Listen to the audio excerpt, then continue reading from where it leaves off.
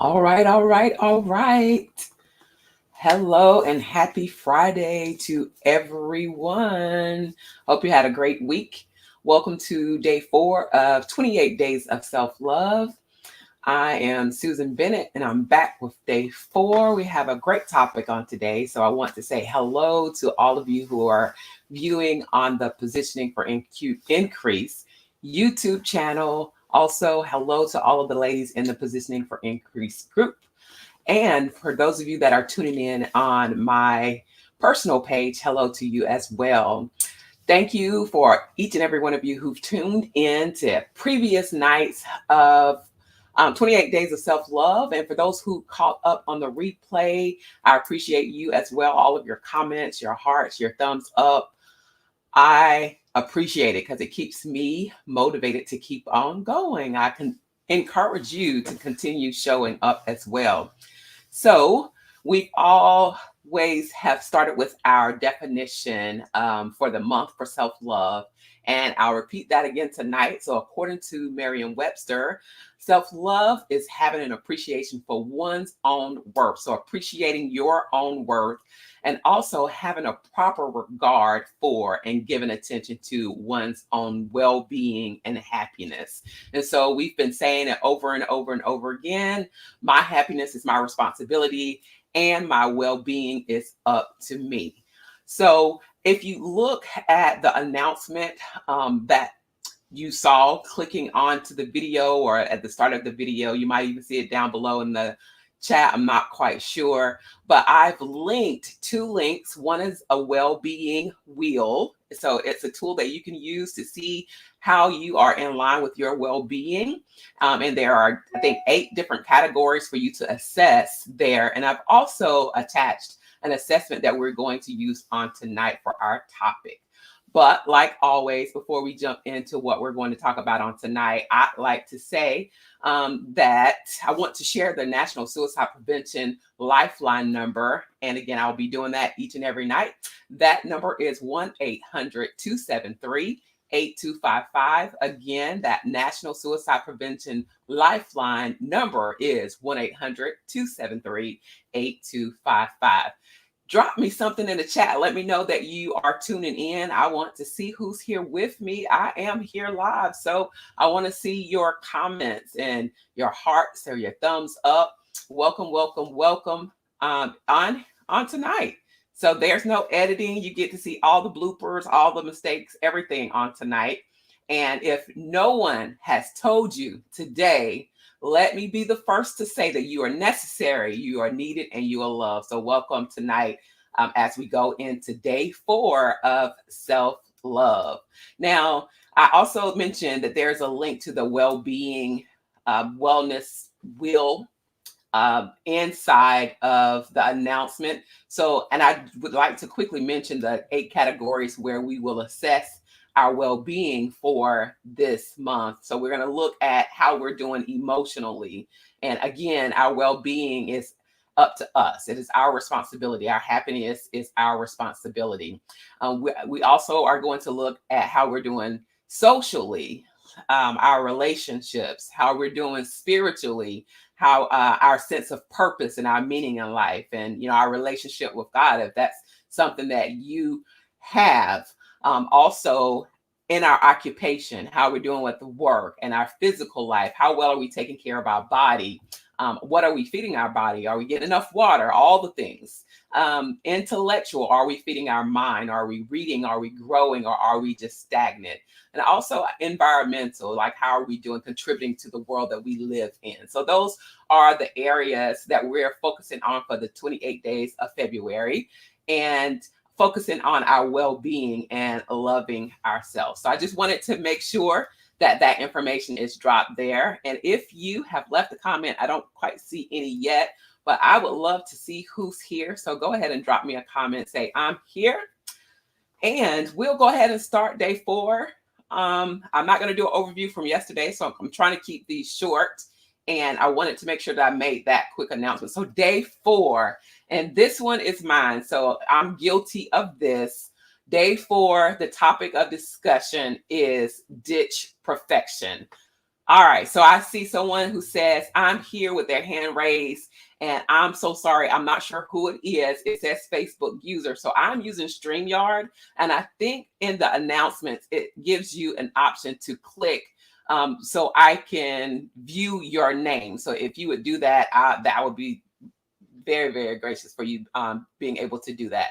But I'll continue, and please keep commenting, even though I'm not sure who you are. On tonight, we're talking about ditch perfection. And for perfectionism is refusal to accept any standard short of perfection. And again, I would say that I am guilty of this. I have a issue where I'm working on not being bothered by being a perfectionist. And then there's three types of perfectionists. There's those that are socially prescribed perfectionists. Those are other oriented perfectionists. And then those that are self-oriented perfectionists. So socially oriented is kind of you're worried about what other people say about you. And so you want to make sure that you do everything right. And then there's those that are other oriented perfectionists where you judge others for the way they do things. And then self-oriented is that you judge yourself, or you yourself want to be perfect. So those are the three types of perfectionists. And the way that you can tell that some of the symptoms of perfectionism is indecisiveness, or not really deciding on what you want to do or move into action. Also, procrastination. How many of you will be honest and say, I have a problem with procrastination? I do. I know I do.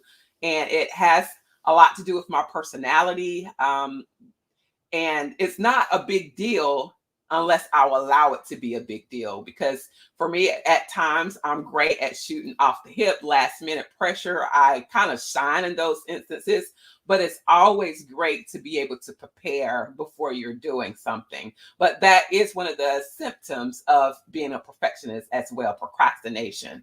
Avoidance is another one. Avoidance, sometimes when you are a perfectionist, it's like either all or nothing. And what I mean by that is if you know that you're not able to give your very best at something, most times you tend not to even do the thing at all. So not only will you be indecisive or you will procrastinate, but sometimes you'll just avoid it altogether.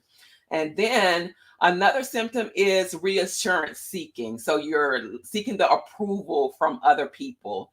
And then also, lastly, excessive checking of your work for mistakes. So making sure that you're doing everything perfect. All right, let's see. Now we can go into how can you avoid perfectionism. So let's look at some of the things that we can do to work on it, because I don't want to just point stuff out and not give you something that we can do in order to work on that. As a result of perfectionism, though, it can lead to us not loving ourselves because we're always picking apart the things that we're doing or the things that we're not doing well. And so that can lead us to being stressed out. It can lead us to being depressed, or all the things, thinking less of ourselves than we should, because we are not perfect. But we all know that no one's perfect, right? If you believe that to be true, go ahead and drop in the chat. Say, right, no one's perfect. No one's perfect. I want to know that you're here. All right. So how can we avoid perfectionism? So some ways that we can avoid it. Now, we're not going to eliminate it altogether, but some ways that we can avoid it is that we set realistic and attainable goals. So we set realistic goals, not something that's all the way out there, far outreaching that we just cannot reach at all. And I'm good with setting, stretch goals that are stretching me, but they have to be realistic, especially for perfectionists, those that, want to do everything perfect. You have to set realistic goals. Another tip is to break overwhelming tasks into small steps. So break them into small steps. That will help you procrastinate less. So give yourself a timeline. I'm going to break this activity into these steps, and I'm going to have this done by a certain time.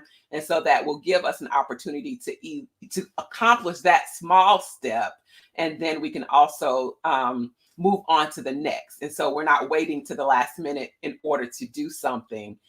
The next tip is to focus on one activity or task at a time. So a lot of times we can be all over the place trying to do all the things at one time, and that's really not productive, and especially for those that are perfectionists. You know, you want to concentrate on making everything perfect until nothing is perfect. And a lot of times with perfectionists, because it's not perfect, you stop the thing altogether. So I'm not sure if you have unfinished projects like I do, but there are some things that I've started over time, and because it doesn't look like something that I will want to use or continue to do because it's not perfect, then I'll just leave it alone altogether. So the next tip is acknowledge that everyone makes mistakes. So everyone makes mistakes. Again, I'll go back to say no one's perfect. We all make mistakes, and we should be able to learn from them. We need to recognize that most mistakes present learning opportunities. So whenever we make mistakes, we can learn from them rather than beating ourselves up over mistakes that we made. I remember living in Okinawa, Japan, and I was a part of a ministry there under a great leader. And there were some responsibilities that he had given me to do, and there was something that I did that it was not done the right way. It wasn't done the correct way. And I remember it so clearly. I told him that will never happen again. It will never happen again. And I really appreciate him stopping in a moment to let me know, hey, nobody's perfect. Don't ever say that won't happen again, because we're all human and we all make mistakes, and it's okay to make mistakes. It's okay to fail as long as we're learning from it. And so that was I knew that, but it was great hearing it from a leader. So I'm telling you that on tonight. It's okay to make mistakes. Just take them as learning opportunities. And then my last tip would be confront fears of failure by remaining realistic about possible outcomes. So just remain realistic about possible outcomes. Just already have it in your mind. Yes, this is something that I want to accomplish. Yes, I want to do it well, but there's a possibility that it won't be well, and be okay with that. And I know that's a stretch because I'm talking to people who might be perfectionists. So just make sure that you practice those things, and those things can help us love ourselves more, help us to be a better person, help us to be less stressed, and ultimately less depressed and happier as well. So our happiness is our responsibility, and our well-being is up to us. You don't have to feel like you're perfect. That's a high standard, and most perfectionists set those high standards and we never meet them. So those are my suggestions and my tips on tonight. Again, in the announcement, I've linked 2 links. The first one is, I want to say the well-being wheel. So it's almost like a life wheel where you can go and assess how you're doing in each one of those areas. So, take some time for yourself, get your journal, and then write down after you assess where you are in those individual areas, and then come up with a game plan on what you could do to improve. The second tool that I've linked inside of the announcement is called the Perfectionism Assessment. So this assessment can be used in order to help you to see if you're a perfectionist. All right. It's so great to be able to be with you all on this week, 28 days of self-love. And we're just getting started. On tomorrow, we'll be on day 5, and we're going to keep it going. So as long as you're showing up, as long as you're dropping me comments, letting me know that this is beneficial, I'll keep going. So this, of course, has been a stretch for me. I'm not going to sit here and say that this is easy, but because it's not easy for me and I'm doing it, I'm encouraging you that you can do tough things. Yes, repeat after me. I can do hard things. All right. So again, if no one has told you on today, let me be the first to say, I love you. You all have a great night, and hopefully you'll be tuning in on tomorrow.